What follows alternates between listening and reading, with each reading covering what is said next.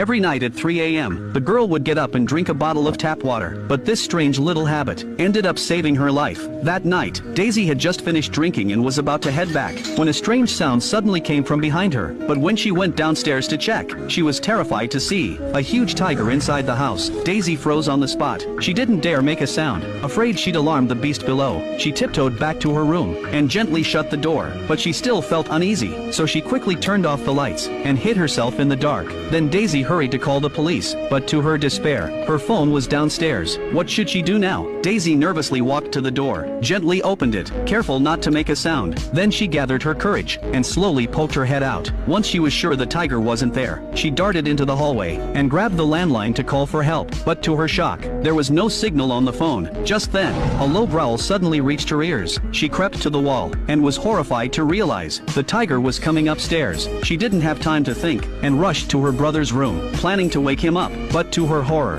the bed was empty. Daisy searched every corner, but found no trace of him. A bad feeling rose in her chest. Thinking her autistic brother might be downstairs, Daisy panicked, and had no choice but to sneak back down, but it was eerily quiet. She looked around, there was no sign of him. Daisy crept to the wall again, and carefully poked her head out. Once she was sure it was safe, she gathered her courage, and dashed into the laundry room. Then she searched frantically. Soon she found her phone in a pocket. Daisy quickly dialed for help, but to her despair, even her phone had no signal tonight. No matter how she tried, there was never an answer. Just as Daisy was at a loss, she suddenly heard fast footsteps nearby. Daisy thought it was her brother, so she gently opened the door, tiptoed out, and softly called out, "Tom."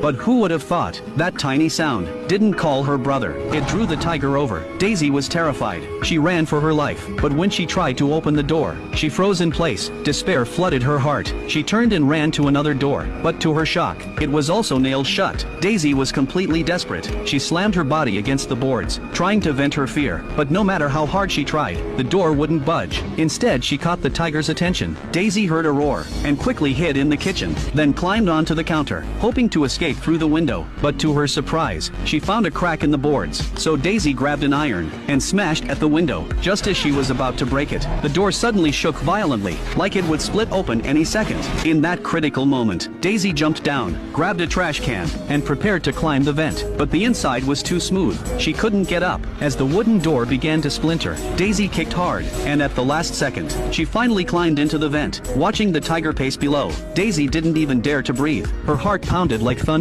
Her body trembled non-stop. Even her hair was shaking. But even worse, 2 hours passed, and the tiger still wouldn't leave. After holding on for so long, Daisy's strength was fading. Sweat dripped uncontrollably. Her limbs trembled violently. Just when she was about to give up, her phone